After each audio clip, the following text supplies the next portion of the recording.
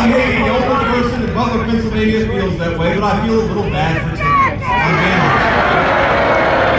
Because Tim Walz has to defend the indefensible. He has to act like Kamala is going to drive down inflation, bring up wages and bring back jobs, and restore peace, the very peace that she destroyed.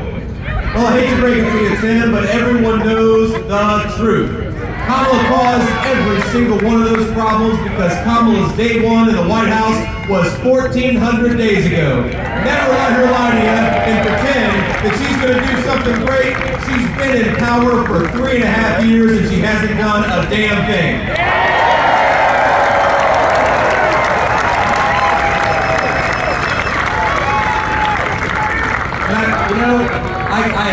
I hate to say it, but Kamala's record of failure is somehow only getting worse. Just a couple of days ago, I visited an area of our country ravaged by Hurricane Helene. The Appalachian region of Virginia, and we know the Appalachian region of this country has been left behind and ignored by a generation of American leaders. But what started out as a natural disaster is becoming a man-made disaster. When Appalachia was underwater, remember, President Biden was sitting on a beach and Kamala Harris was at a San Francisco fundraiser. That is not leadership, that is a disgrace.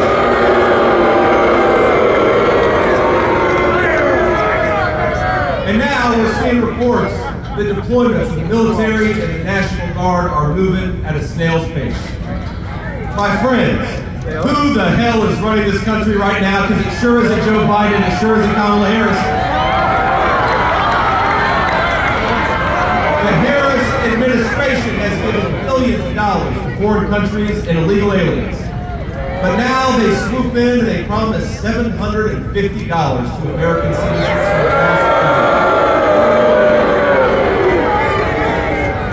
To everybody watching, to everybody at this rally, I want to say, I promise you, when Donald J. Trump is back in the White House, we're going to have a president that puts America first.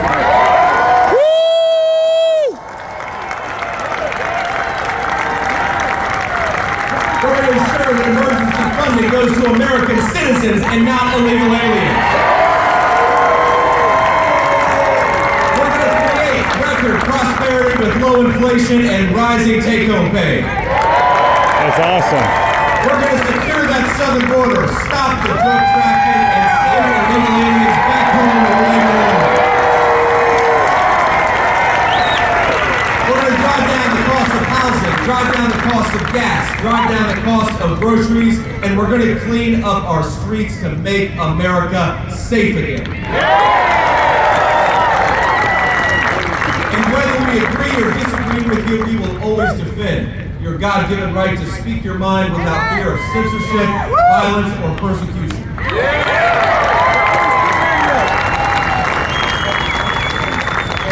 But to everybody struggling, I want you to know thank you again, brother. Yes, I appreciate you. Hard times over these past few years. Oh, shoot. I want you to know that help is on the way.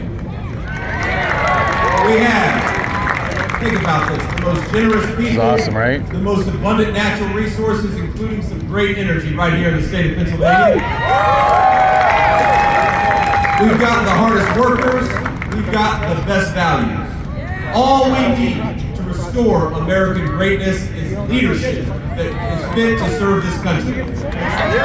So more than anything, I'd like all of us to leave this incredible community with a message of hope.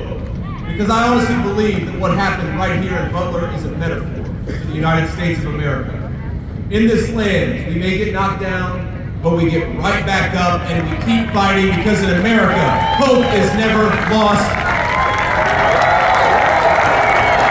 We may face enemies who seek our demise, our destruction, and even our death. They may try to crush our spirits. They may try to convince us that victory is impossible, but in America, nothing is impossible. And as long as that flag yet waves, and I see it's doing it today, there is no trial we cannot endure, no obstacle we cannot overcome, and no defeat we cannot turn into victory.